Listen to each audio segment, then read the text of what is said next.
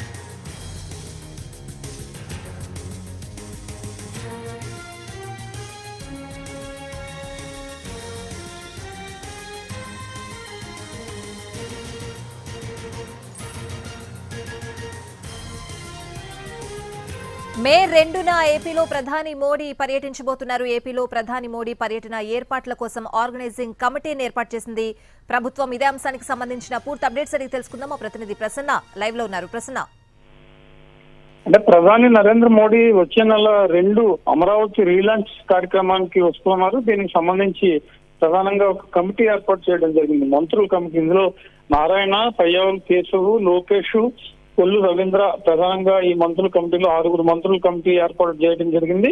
Organising committee పేరుతో ఈ మోడీ పర్యటనకు సంబంధించి వివిధ శాఖలను సమన్వయం చేసుకోవటం, ఏర్పాట్లు ఏ రకంగా జరుగుతున్నాయనేది చూడడం, ప్రధానంగా పెట్టుబడులకు సంబంధించి అంటే ఆంధ్రప్రదేశ్ పునర్నిర్మాణంలో భాగంగా ఇప్పటి వరకు వచ్చిన పెట్టుబడుల సమన్వయం, ప్రధాని నరేంద్ర మోడీ చేసే ప్రకటనకు సంబంధించి, అదేవిధంగా అమరావతి రీలాంచ్ కార్యక్రమం చేయటం, ఈ 3 కోఆర్డినేట్ చేసుకోవాలి. ఈ 3 సబ్జెక్టుల మీద మంత్రులు ఎప్పటికప్పుడు సమావేశం అవుతూ కొన్ని కీలక నిర్ణయాలు తీసుకోవాలనే ఉద్దేశంతో ప్రధానంగా ఆర్గనైజింగ్ కమిటీ ఏర్పాటు చేసింది. అలాగే సీనియర్ అధికారి వీరపాండియన్ నోడల్ ఆఫీసర్ గా నియమిస్తూ కూడా ఉత్తర్వులు ఇచ్చింది. 2 కలిపి అంటే ఒక పక్క అధికారులు, మరో పక్క మంత్రుల కమిటీ సమన్వయం చేసుకుంటూ ప్రధాని మోడీ టూర్ ను సక్సెస్ చేయాలి. ఎందుకంటే 1,50,000 పైగా జనంతో బహిరంగ సభ ఏర్పాటు చేయడం ఒకటి, ఒక 50,000 మందితో రోడ్ షో ఏర్పాటు చేయాలి. కృష్ణా, గుంటూరు, ఏలూరు ఈ జిల్లాల నుంచి ప్రజలు ఎక్కువగా తీసుకుని రాజధాని ప్రతిష్టాత్మకంగా ఆంధ్రప్రదేశ్ ప్రభుత్వం ఏ రకంగా నిర్వహిస్తోంది, రాజధాని రీలాంచ్ కార్యక్రమం ఎంత గ్రాండ్ గా జరిగింది.